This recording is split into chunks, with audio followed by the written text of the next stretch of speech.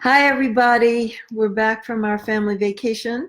We had a great time, and we're here today to talk to you about what we appreciates. And what we're speaking about today is gratitude.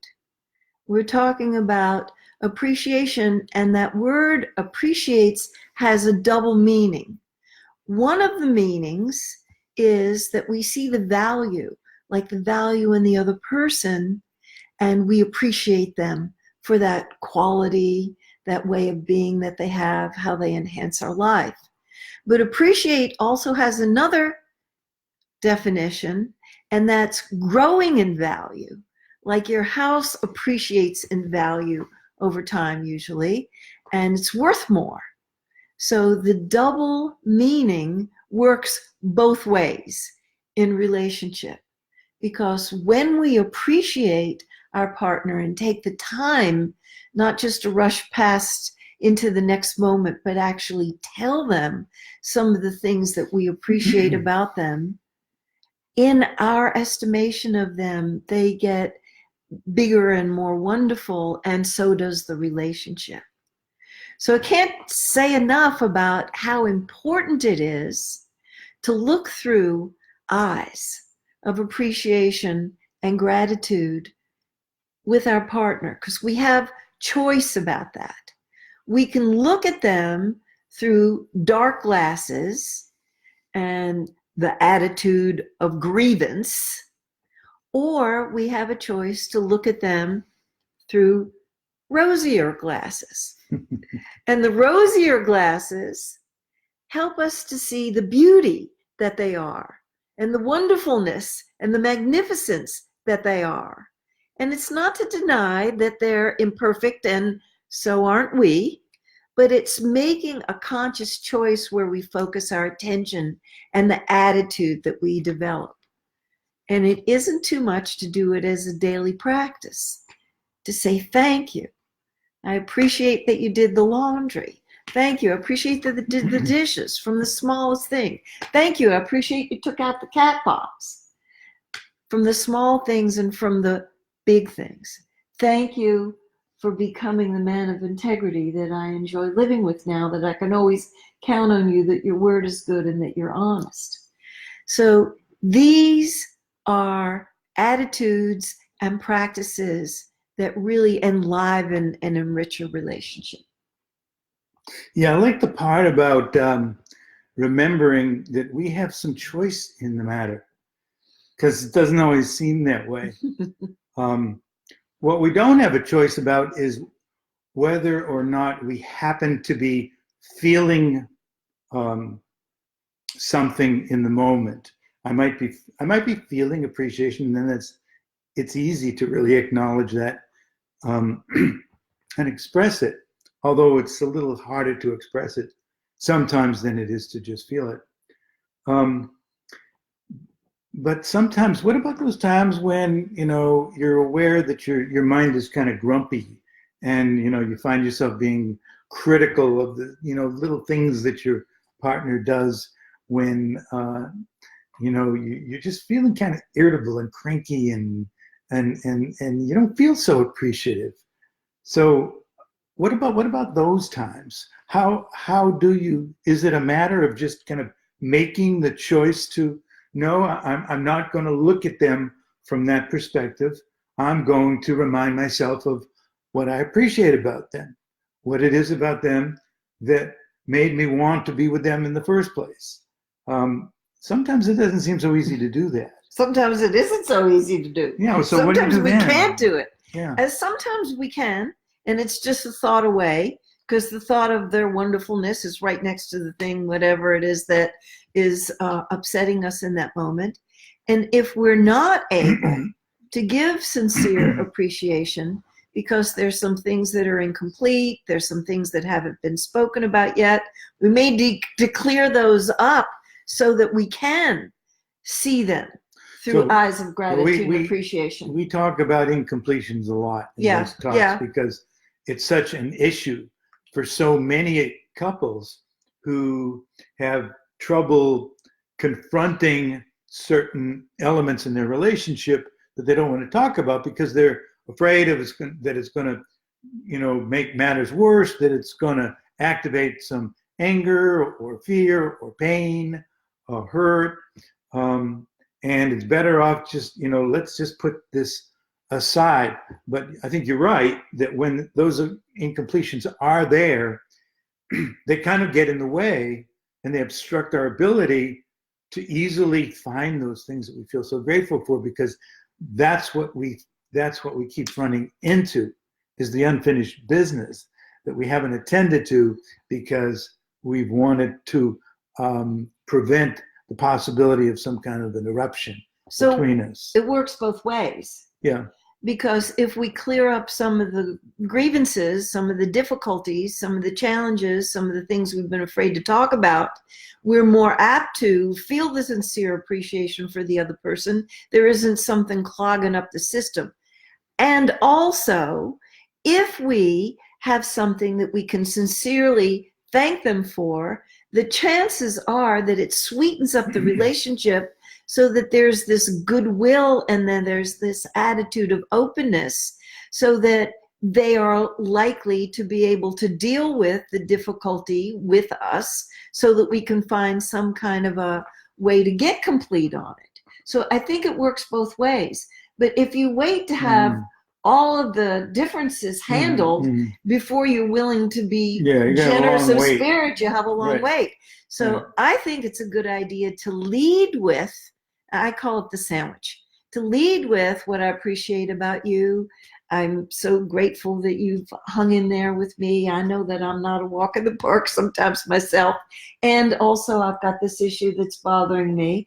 And after you deal with the part that's bothering you, to end with more appreciation and gratitude. And it has to always be sincere for it to work. Yeah. I think that's really important to remember, to remind ourselves that appreciation is never more than just one choice away, that no matter what else is going on, we can at the very least find something that will kind of, maybe for the time being at least, neutralize our tendency to be focused on our resentment or on the grievance, because that making that one choice to put aside for the time being, I'm not saying to deny it or to avoid it, but just to acknowledge, okay, there is this concern that I have here, there's this issue, there's this feeling, and it is kind of obstructing my ability to really feel deep gratitude and appreciation right now. But can I choose to just temporarily put it aside and just show up here in a way that my partner actually feels my sincere appreciation about something. And that's a very important point that you're making. When you fall into the minus zone, when there are difficulties in the relationship, at least get up it to can neutral. Get you up to neutral. Yeah. But I'm appealing to the people who have an okay relationship. Yeah. They're not even in the minus. It's okay. But they're up to neutral. But this can really pull you into the higher realms of well-being. And I think it's like a gold mine opportunity, and that people don't sometimes appreciate how potent it is. And it was so validating for me because I intuited it from my own experience and people that I worked with in our classes and the clients that we counsel. But when the positive psychology movement people were finding the very same thing, they were saying that the most direct, immediate up level in your happiness and well-being quotient is by keeping a gratitude list. It's counting our blessings. It's taking the time, and a lot of people keep a journal, and every night they write in it, or every morning they write in it, and they enumerate specifically what they're grateful for that day, what they're grateful for in general. Often it's the people they're closest to in their life. Not that there's perfection, but I love the phrase joy jolt. You get it up level, immediate up level, when you consciously focus on that which is beautiful in your life. Yeah. So many people feel deprived and impoverished because they're not really owning what they have. Yeah, and that creates making another list, which many people do, make a list. They don't necessarily write it down or speak it to their partner, but it's a grievance list. Right. And all the things that I'm disappointed in this person. And they remind themselves of how their partner is failing to fulfill their hopes, desires, and expectations. Mm-hmm. And you know that saying that if you repeat something enough, whether it's true or not, you're going to believe it. You brainwash Yeah, yourself. yeah, I mean, we've seen that. Sure. There's a lot of politicians. Mm-hmm. We don't have to name any of them, but who will repeat things that aren't necessarily true. In fact, sometimes they're blatantly untrue. But if you hear something enough, whether you hear it from another person or whether you hear it in your own mind, you hear yourself focusing on what's wrong with this person or what is disappointing me. Not that you have to deny that and pretend that everything's wonderful. Mm-hmm. But if that's all you're feeding your brain, or if that's all that your brain is feeding your consciousness, then you will come to accept that as a reality and a truth rather than, that's a perspective and opinion that I'm looking at it. It's a point of view that I'm viewing and choosing to view my relationship through that perspective. And there's a lot around of scarcity consciousness. Not enough. I don't have enough time. I don't have enough support. I don't have enough love. I don't have enough respect. I don't have enough money. I don't have enough. And we can make ourselves feel really bad. And what people really don't have enough of is gratitude. That's the real not enough. Yeah. Because it's where we focus our attention, and it's a higher level of responsibility, a higher level of emotional intelligence, a higher level of maturity to know that we can affirm that which we do have, and that there is an abundant, friendly world out there, and we can have enough friends, and we can have enough love, and we can have enough sex, and we can have enough of all the things that are wonderful. If we are very deliberate about using the power of our attention and our commitment to see through those eyes. Well, I'm going to get a little bit philosophical and sociological here for a moment, because I can't help but speak a little bit about the cultural context in which we all live. Those of us who live in the US of A or live in a Western culture. But particularly in our world these days, there's a very, very strong pull towards looking at things from the perspective and looking at ourselves and looking at our relationships from the perspective of what's lacking, what's unsatisfying, what's insufficient, what's not enough, what's incomplete, as opposed to looking at it from the perspective of what we do have. And so there's a lot of influence on that. And, we manipulating us to buy. Well, and if you buy this, you won't feel so scarce. You won't feel so depressed. A lot of it is that. Yeah, that's kind of where I was going, because living in a materialistic, commercialized culture as we do, and I'm not saying that it's bad or it's good, although there are certain elements in it that do not support the practices that healthy relationships require. So there's definitely issues with living in a context in which we are constantly bombarded with information that's compelling us to believe that if we had something, that would make us happier, that would make our lives more successful. And in order to appeal to that part of ourselves, we have to be convinced that we're lacking something, and that this is the answer to fulfill it. So I'm not saying that that's the reason why a lot of relationships are in trouble. There are multiple factors to it. Some of them are personal, component. Some are psychological, some are cultural, some are sociological, some are political. I mean, there's a lot of different factors, and we have to factor that into it so that we don't beat ourselves up, because we have this tendency. If you do have it, as 99.9% of us do, it's not because there's something wrong with you. It's because we're constantly being pulled on.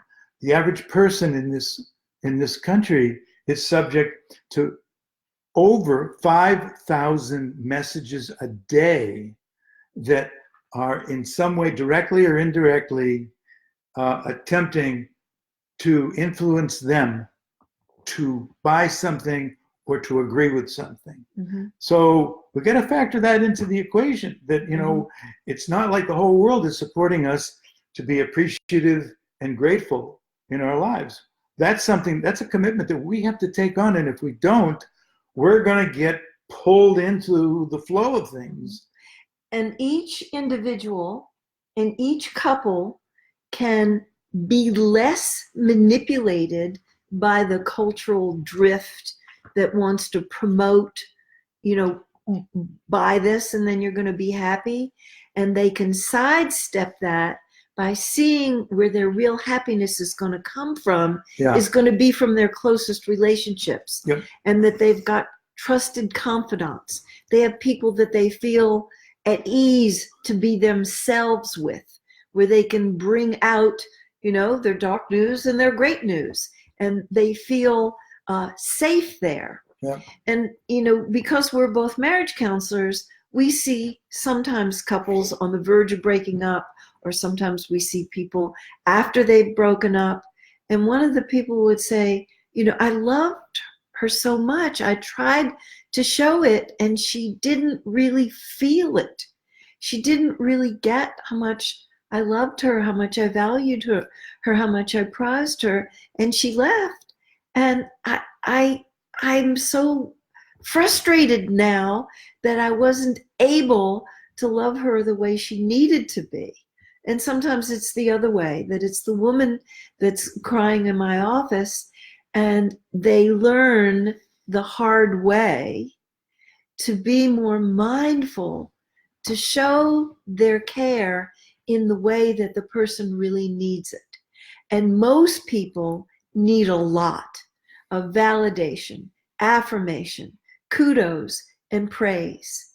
And that it's not just for little children that need to hear, you can do it, atta girl, atta boy, you're doing great. I love that about you. You've got this beautiful asset and that beautiful talent, and you dazzle me with your magical, splendid self. We all need it, and we never outgrow our need for it.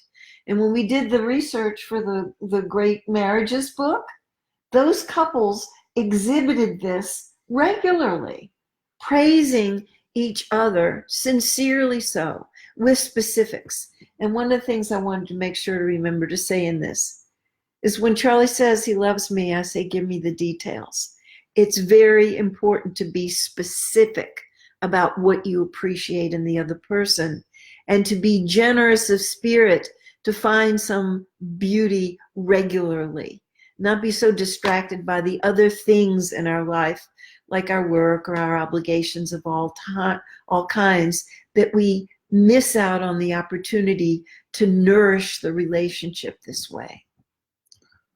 Well, I agree that for all of us, we enjoy and thrive when we get positive acknowledgement. Yep. And of course, we all know that if you don't feel that genuinely within yourself that you are worthy of positive acknowledgement and you deserve it, and you have that sense of self-acceptance and self-worth, and you trust that within yourself, then what people tell you Won't go in. It either won't go in, or else it'll be like pouring water into a bucket with a hole in the bottom. Yeah. You'll have to keep refilling it over and over and over again.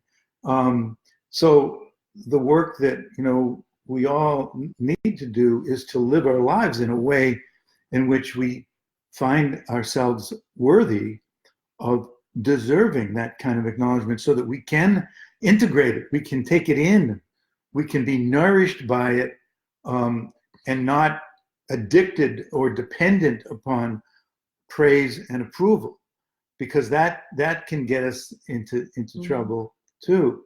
So the other thing I wanted to mention is that some people need something other than positive acknowledgement.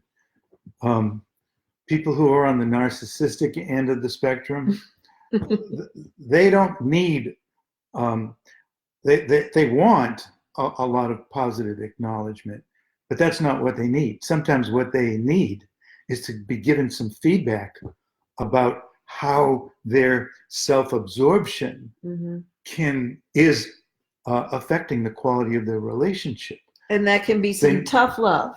Yeah, that can be some confrontation. Well, it takes some risk. Yes, to but tell it's somebody emotionally honest. Yeah. These are both emotional honesty. Yeah, exactly.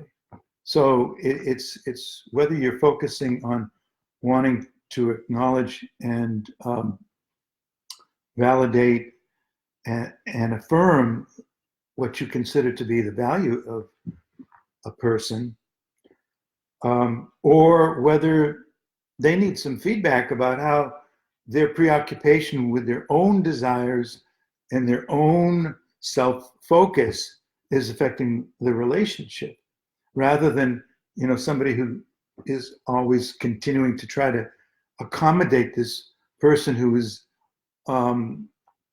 continually looking for the fulfillment of their desires and not attending much to the other person. So sometimes the people who watch these videos, they give me some feedback and they tell me, would you give me an exercise and something that I can actually do? Give me some direction. So I want to offer a really fun game to play and an exercise to do, where you sit down and you take some time and you think and feel into 100 ways you appreciate your partner.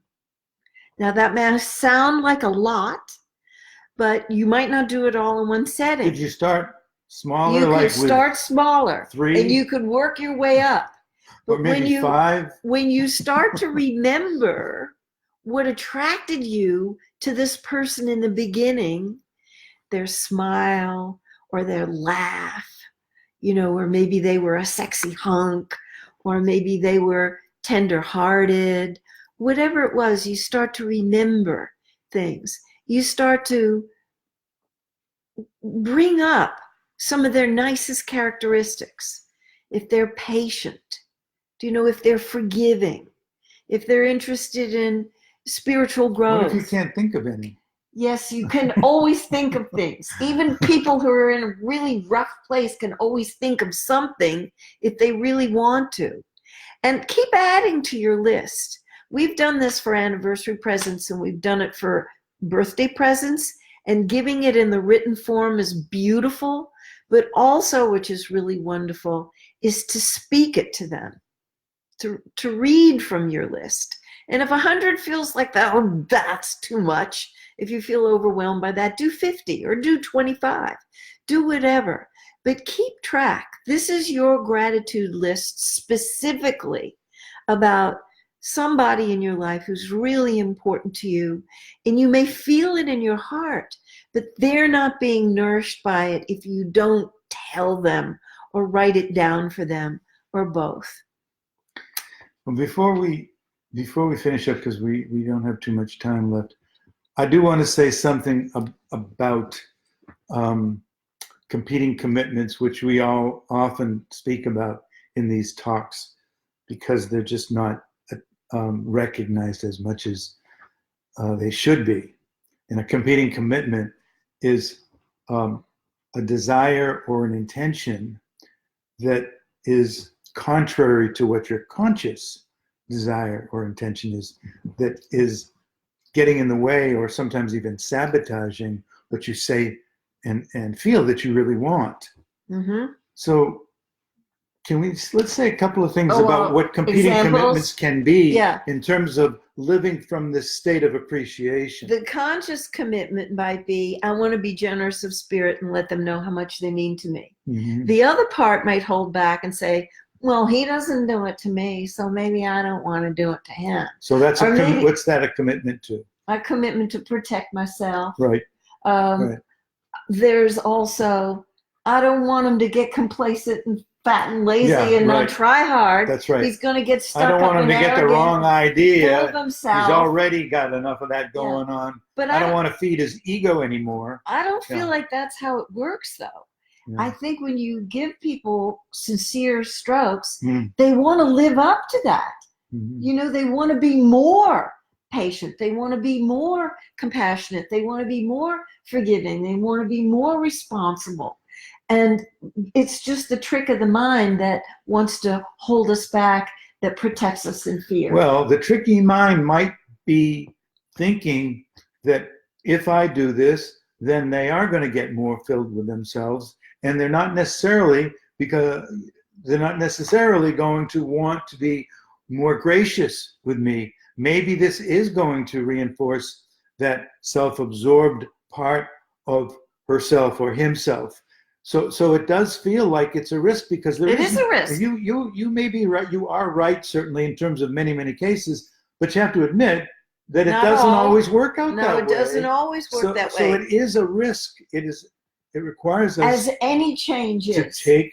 That's right. To take the risk of being honest and vulnerable enough to acknowledge somebody, because you're giving them some information that they could use. They might use to validate something that is not really going to serve the relationship. It's vulnerable because you're giving them a certain amount of power. Oh, you're giving them some very important information. How much they mean to you. Absolutely. And that's always vulnerable. Yeah. So, I mean, all of this advice that we're giving today it's very useful, but it's not necessarily all that easy to implement, because you're going to run into certain inhibitions that are going to make it difficult to do some of these things.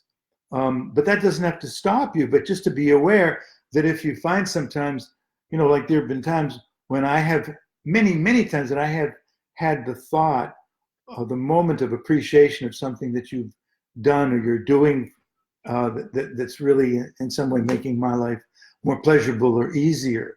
And I've had that thought, but I haven't, taken the moment to turn to you and say, wow, thank you. I really appreciate that. So if you can just be, if we can leave you with this thought, that if you can just be more aware of when those feelings come up, whenever they do, and just to be aware, oh, there's that feeling of gratitude and appreciation. And what's a simple thing I can say right now in this moment, or maybe even not even say, but do. Maybe I can just, turn to my partner and put my, touch them and say, wow, thank you for that. I just really appreciated that meal that you cooked, and thanks for doing the dishes. I was so tired, and I'm glad that, you did that, and I didn't even have to ask you, or whatever it is. Just in the moment, just be aware of the countless moments of opportunity to feed your relationship by acknowledging one thing that you appreciate in that moment. And right now, in this moment, what I'm really appreciating is that you were willing to tell me the truth about something that was hard for you to say, or you were willing to engage in that dialogue with me, that I know was uncomfortable. Mhm. But thank you for doing that. So my closing remarks Yeah. are expressing appreciation to you for how you've made this a very high priority in your life. Because back in the day, early on in our relationship, Yeah. you were really pretty stingy about giving appreciation to me that I was starving for. Yeah. And it was a whole process for us to be able to have that flowing back and forth as regularly as we do now. And I think this is one of the key components that has assisted us in lifting our relationship up to this level of enjoyment that we thrive in now. So thank you for joining me in this. Okay, well that really feels great to hear. I just love hearing you say that. So thank you. I appreciate you saying that. I also appreciate the patience that you've demonstrated with me, because it took me a while to come around. And I know, and I know that you know, we've seen a lot of couples who haven't had enough patience to hang in there, or enough trust that the person is eventually going to come around. And thank you for having the patience and for having the vision to trust that I was, even though I was kind of slow, I did come around. I knew you were worth it. Okay, yeah, I want to tell the people the topic of next week's talk. Yeah, we're going to speak about life works when we keep our agreements. So we'll look forward to seeing you then. Bye.